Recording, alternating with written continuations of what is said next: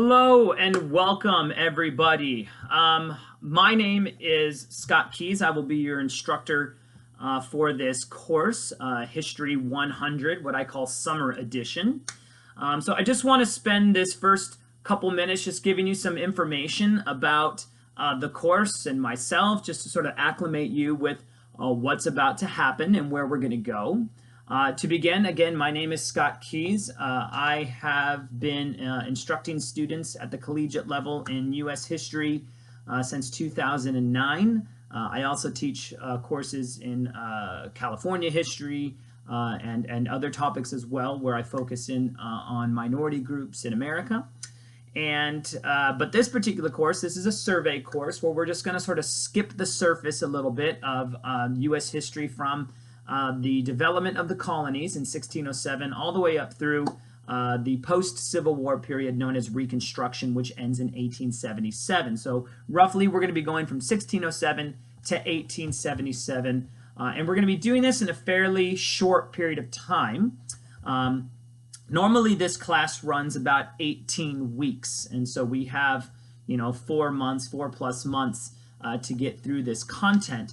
This summer course is whittled down to just a little over a month. So you're looking at about 4.5 weeks is where this course is going to go.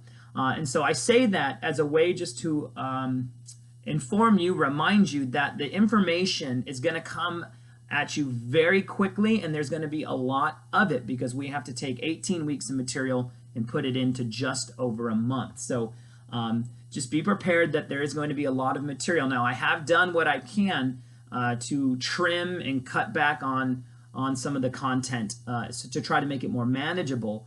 But definitely each week you're going to see you will have content in quite a bit of it. Because again, 18 weeks to a little over a month, that's not a whole lot of time. But I think we can do this if we work through it. And again, I am here to serve your needs, and that's part of my philosophical educational philosophy, if you will, is it's not about me, it's about you, and it's about me doing what I can to provide for you services that will enable you to be successful in this course. And so if you have questions or concerns or comments, email me. That really is the best way to get a hold of me. I tend to be very crazy about being on the email, and generally I check it 4 or 5, maybe 6 times a day because I want to make sure that I am in constant communication with you. So if you have questions, comments, or concerns, you can email me and I will get back to you. Now, if you do not hear from me within a 24-hour period, either one, I've gotten really busy and I haven't had an opportunity to check the email.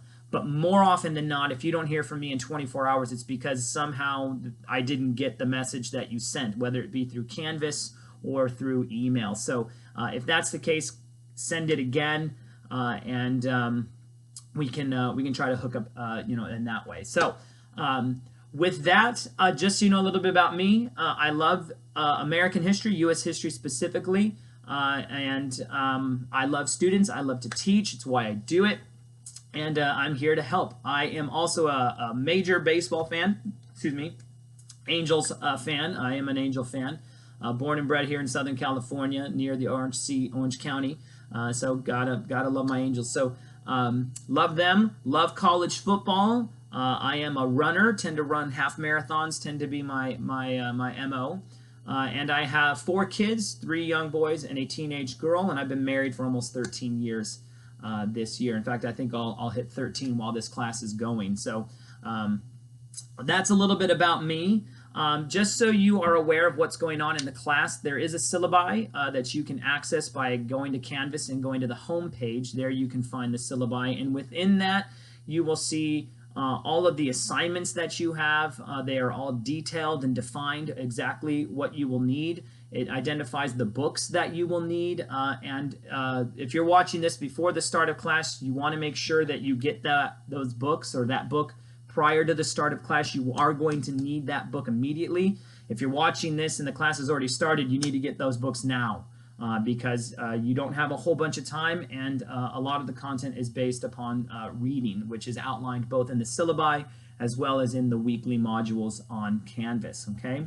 In addition to identifying your assignments, there's also a basic outline of where we're going to be going and what we're going to be looking at and some of the topics that we'll be assessing, as well as policies that I have, including late work policies, attendance policies, although because this is an online course, attendance is less of an issue since you get on as you're able to get on.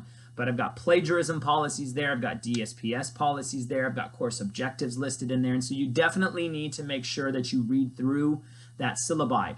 And to encourage you to do so right off the bat, I do provide a little bit of extra credit for students who email me within the first 2 days of class. So this extra credit assignment is only good for the first 2 days of class.